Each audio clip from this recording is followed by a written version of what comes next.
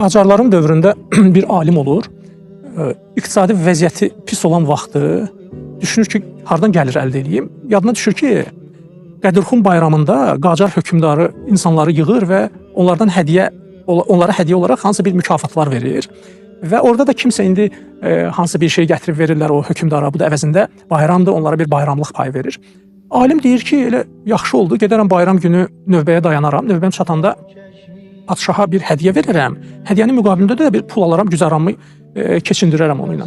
Düşünür ki, mən bu padşaha nə versəm padşaha layiq olar. Özü alimdir və fikirləşir ki, və gözəl də xəttat olur.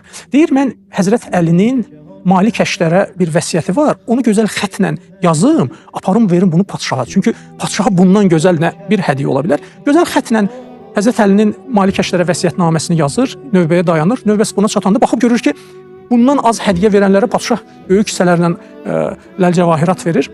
Növbəsi çatanda deyir ki, bəs şah sağ olsun, bu Həzrət Əlinin vəsiyyətnaməsidir, mali kəşlərə yazıb. Padşah bunu baxır, qoyur kənara, çox sağ ol deyir və buna heç nə vermir. Bu da gedir, oturur bir kənarda, deyir ki, yəqin unutdu məni, yəqin böyük bir hədiyyə verir, ona görə məni kənarda otuzdurdu.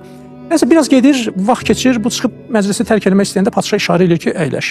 Yenə də gedir, görür ki, xəbər ətər yoxdur, məclis davam edir, hədiyyə də yoxdur. Getmək istəyir, əlinə işarə edir, əyləş. Bütün hamı, qonaqlar gedəndən sonra padşah bunu çağırır yanına və içəridə olan bütün adamlara deyir ki, hamı sarayı tərk eləsin, otağı tərk eləsinlər. Otağı tərk eləyəndən sonra alimə qayıdır, deyir ki, Həzrət Əli bu vəsiyyətnamə var, mali kəşlərə yazdı. Özü bu vəsiyyətnaməyə əməl edirdi, yoxsa etmirdi? Bu da sualın qəribəliyindən şoka düşür.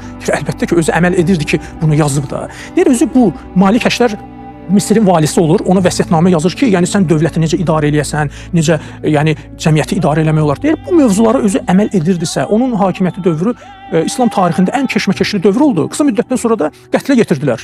Mən gül kimi yaşayıram da, bu vəsiyyətə də əməl eləmirəm, cəmiyyəti də idarə eləyirəm, heç bir problem də yoxdur. Hamı da məni sevir. Bu vəsiyyətə, yəni bir uğursuz vəsiyyətnaməyə mən niyə əməl etməliyəm? Alim qayıdır ona deyir ki, Həzrət Əli 1400 il əvvəl bu vəsiyyətnaməni yazıb. Və o vaxtdan bu vaxta görə nə qədər vaxt keçib. Sən bu sözü mənə demək üçün saraydan bu qədər adamları çıxartdın, sağa sola baxdın ki, görün bu sözü kimsə eşidəcəkmi və mənim qulağıma pıçıltı ilə bunu deyirsənsə, Həzrət Əli bu əməl etdiyi vəsiyyətnamədə deməli o qalib gəlib, o məğlub olmayıb.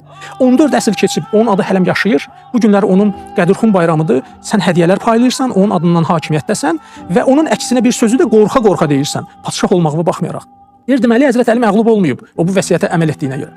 Biz indi uzun bir müddət keçib, ancaq Hüseyn ibn Əlidən danışırıq. Müxtəlif yerlərdə, istər müsəlman olsun, qeyri-müsəlman, onun şücaətindən, mübarizliyindən danışırlarsa, deməli İmam Hüseyn öz hədəfinə çatdı və burada məğlubiyyətdən söhbət gedə bilməz.